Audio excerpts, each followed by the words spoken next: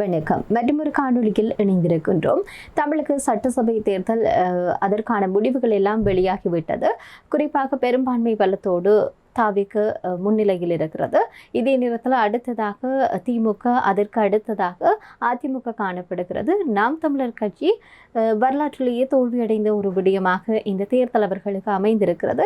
இப்படியாக இருக்கிற போது இந்த பெரும்பான்மை, அதிக பெரும்பான்மை என்பது 118 ஆசனங்களை பெறுவது என்பது மிக முக்கியமானது. ஆனால் அதனை தமிழக வெற்றி கழகம் பெறாத சந்தர்ப்பத்தில் கூட்டணிக்கான வாய்ப்புகள் இருப்பதாக சொல்லப்படுகிறது. எனவே கூட்டணிகள் இடம்பெறுமா, இல்லாட்டி எந்தெந்த கட்சிகள் இணைந்து கொள்வார்கள் என்பது தொடர்பான உத்தியோகபூர்வமான அறிவிப்பு வெளியாகவில்லை. ஆனால் குறிப்பிட்ட நாட்கள் கொடுக்கப்பட்டிருக்கிறது. அந்த நாட்களுக்குள்ளான முடிவுகள் தமிழக வெற்றி கழகத்தினுடைய தலைவர் முன்வைப்பார் என்று சொல்லப்படுகிறது. ஆனாலும் அதற்கு முன்னதாகவே பதவிகளில் பொறுப்பேற்பார் என்று எதிர்பார்க்கப்படுகிறது. மே மாதம் 7ஆம் தேதி தமிழக வெற்றி கழகத்தினுடைய தலைவர் விஜய் அவர்கள் முதலமைச்சராக பதவியேற்பார் என்று சொல்லப்படுகின்றது. அப்படி பார்க்கிற போது தாவிக்கு 108 தொகுதிகளில் தான் வெற்றி பெற்றிருக்கிறது. எனவே பெரும்பான்மைக்கு தேவையாகி இருக்கக்கூடிய 118 தொகுதிகள் தாவிகாவிற்கு கிடைக்காததுனால இப்படியாக கூட்டணி அமைப்பதற்கான வாய்ப்புகள் இருப்பதாக சொல்லப்படுகிறது. எனவே பெரும்பான்மை பெறுவதற்கு தாவிகா என்ன செய்ய போகிறது என்பது தொடர்பான விடயங்கள் தான் தற்போது பேசுபொருளாக மாறியிருக்கிறது. காங்கிரஸ் இருக்கு, பாமக இருக்கு, கம்யூனிஸ்டுகள் இருக்கு, விசிக ஆகிய இந்த கட்சிகளுடைய ஆதரவை தாவிக பெற்றுக்கொள்ளும் என்று எதிர்பார்க்கப்படுகிறது. இருப்பினும் உத்தியோகபூர்வமாக அறிவிக்கப்படுகின்ற போதுதான் அது தொடர்பான விடயங்கள் முழுமையான ஒரு ஆதாரபூர்வமாக இருக்கும். எனவே இதற்கான பேச்சுவார்த்தைகள் என்பது தற்போது தாவிக ஈடுபட்டு வருவதாக சொல்லப்படுகிறது. தாவிகாவிற்கு ஆதரவு அளிப்பது குறித்து காங்கிரஸ், கம்யூனிஸ்டுகள் மற்றும் விசிக கட்சியினர் ஆலோசித்து வருவதாக சொல்லப்படுகிறது. இதனால் தேர்தலுக்கு பிறகும் அரசியல் பரப்பு என்பது ஒரு தொடர்ச்சியாகவே நீளக்கூடிய தன்மையாக இருக்கிறது. ஆட்சி அமைப்பதற்கு உரிமை கோரி தாவிக தலைவர் விஜய் அவர்கள் ஆளுநருக்கு மெயில் ஒன்றை அனுப்பியிருப்பதாகவும் தகவல் ஒன்று வெளியாகி இருந்தது.